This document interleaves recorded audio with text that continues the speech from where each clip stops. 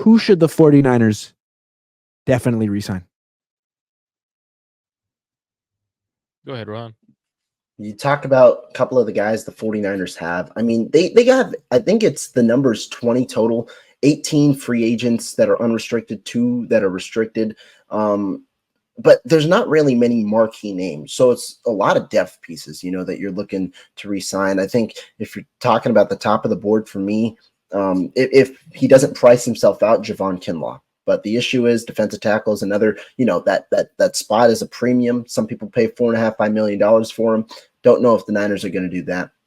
He would be a guy, though. But I think some of the more, underrated guys, Cleveland Farrell, you saw what we was missing in run defense. I think he could be a solid run defender and a guy who plays maybe 15%, 20% of the defensive snaps. You can get him for cheap elsewhere. I think you definitely look to get back Juwan Jennings. The question is, because he's a restricted free agent, you have to place a tender on him. Are you going to pay him $4.6 million and place a second-round tender? Or are you only going to pay him $2.8 million? Because the difference is a team has to pay a second-round pick if they want him. No one's going to do that. Whereas a team wouldn't have to pay anything. It's just the 49ers would get a chance to match. They probably don't match a big deal. And so I think he's the biggest question of how they're going to handle his free agency. They'll probably have to put feelers out and figure that out. I think those 2 guys, though, are those 3 are probably near the top of my list. Honestly, though, for me, I'm totally fine with them kind of clearing house with a lot of these depth pieces. You have a big draft coming up ahead. I think the 49ers realize they're going to need to go cheaper. The draft is the number one way to go cheaper. They have to hit on this draft. Especially after you look at their last 2 classes. 23 was all right, but not the best. You didn't have much capital, and 22 is looking really bad apart from that one Brock Purdy selection. And so I think you have to hit on this draft. Would be totally fine if they kind of clear house with the majority of their free agents. So for me, there's only 2 people that I think you should bring back. And one of them is a longer shot because he's probably going to get paid more, and that's Chase Young. Now, when you look at people are like, oh, Chase Young sucks, but whatever. I don't care what people say because you look at the numbers and the stats, 15%, 1% on pass rushing moves and stuff like that. That was a top 30 in the NFL. So for me, 65 or 66 pressures was his career high, 7.5 sacks, career high. In the Super Bowl, he looked legit, looked like he was actually playing like himself. So for me, I think Chase Young is it. But with his bigger cap number and bigger contract that he'll probably command, I think the Niners let him walk and get a comp pick the following year. So the other guy is Juwan Jennings. After that, I don't truly see a player on the free agent list of the 49ers and I'm like, you know what? Let's bring back. I'm fine with letting Ross Dwelly walk. I mean, I know he's Kyle Shanahan's favorite and Grant's favorite, but it's okay to let him walk. Is he Kyle's favorite? They never play him.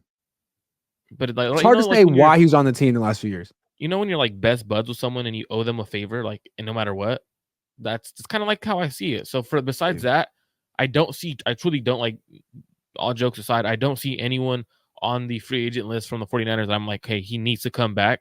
Outside of like Chase Young, I guess Sam Darnold, if he wants to be a backup quarterback next year at a much cheaper rate, I can see that.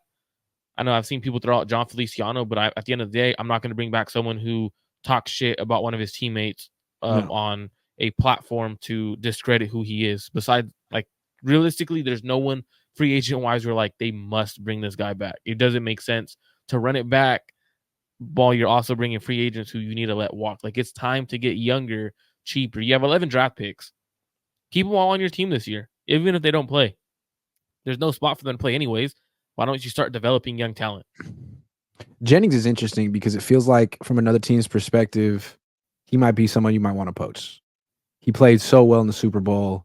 You might feel like, that's a starting wide receiver in the NFL, and he just hasn't shown it. He doesn't have the numbers to back it up because he doesn't have the targets, but on our team, we could give him more opportunities. We could buy low. I wonder at what point the Niners would match, or at what point they'd say, you know what, we'll take the second round pick. Now, that's where I brought up the tender, because if they just do the right of refusal tender at $2.8 million, I have a feeling a team is going to be willing to pay because they don't have to give up anything. So I could see Juwan Jennings getting offers in the $7 to $10 million annually range. The deal that you saw Kendrick Bourne get Jennings is a better player than Bourne was back then, and he got $8 million a year when the market wasn't as high for receivers, which is why I would personally suggest if you really want to keep him, that second round tender might be the way you have to go. You pay an extra $1.8 million, but at least no one's going to give up a second round pick, in my opinion, for Juwan Jennings. So I think that's the best way for you to kind of lock him into your team. To me, he's more important to the team than Kyle Juszczyk, who's over here making almost $8 million a year. That's just me.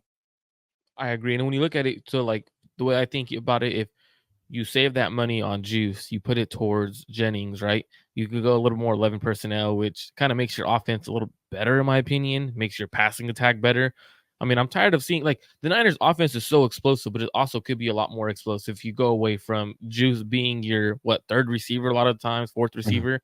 If that's Jennings is a mismatch on anyone's slot corner, on anyone in terms of the linebackers and stuff like that. So you really truly could make your offense even more explosive. Get rid of Juice. Let Jennings be that guy. I know if you look at the Rams, they use Ben Skoranek. They use him as a blocker. Jennings is a phenomenal blocker. Why not put your best players on the field? Keep Jennings, re-sign Jennings at that second round tender, 4.8. That's not too much. You let him be your third receiver, who's on the field at all times.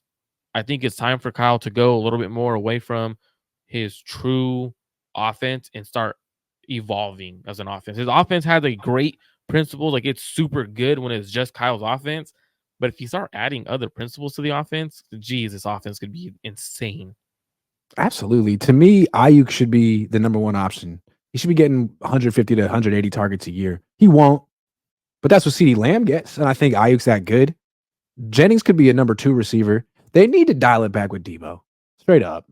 Sorry. So, they got, 11 targets for Deebo. Never, ever, ever again. He doesn't do enough. He catches screens. So I'm going to ask you, Grant. So I asked Rohan this question. I kind of threw him. So for the 49ers passing attack, right? The top players, in my opinion, and I want to see what you think it is. And this is down the field. This is not in just regular passing game. Down the field, it should be Brandon Ayuk, George Kittle, Juwan Jennings, and then Deebo Samuel. Where would you put Deebo Samuel down, like passing down the field in that category? What's his route tree? If it's man-to-man coverage, he's not getting open down the field. If it's zone, yeah, you might want to go to him. If it's wide open. But yeah, Jennings, Ayuk, and Kittle can all get open, make contested catches.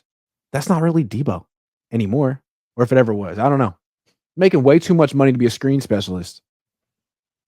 That's the issue. And to me, while I don't know if I'll go as far as saying Deebo is a worse player or receiver, a guy who should be in the progression compared to Jennings, I will say this. I think the 49ers need to focus in on exploiting their matchups. I know there's a lot of stuff, a lot of misdirection Kyle Shanahan likes to use, a lot of things he likes to use to free guys open, specifically in zone coverage. But at times, you really just got to go to your best guys. Brandon Ayuk is a one-on-one man beater. George Kittle will beat players in open coverage, And so to me, those are the two guys I think the offense should be focused around. I think Brandon Ayuk's got to get more volume. I think George Kittle's got to get more volume. That way you make Deebo Samuel more, it's not expendable, but you kind of create more opportunities around him and then maximize his efficiency when he does get the ball. And maybe that changes the way you utilize him. Maybe it's, you have to find different ways to use him as a decoy because defenses won't fall for it as much. Or you put him as the third or fourth read in a progression where his acceleration, which is really his calling card when it comes to routes, can really come into fruition. That's kind of how he can separate from guys. Because if he's the number one read, he's not fast enough, nor is he slippery enough as a route runner to kind of consistently beat his defender. We saw that against elite coverage from Trent McDuffie in the playoffs. I think you want him as the backside so that you can see his acceleration come into fruition while also prioritizing guys like Brandon Ayuk and George Kittle. It's crazy. The Niners lost their first Super Bowl under Kyle because they didn't go to Deebo enough, and they lost their second one because they went to him way, way, way too much.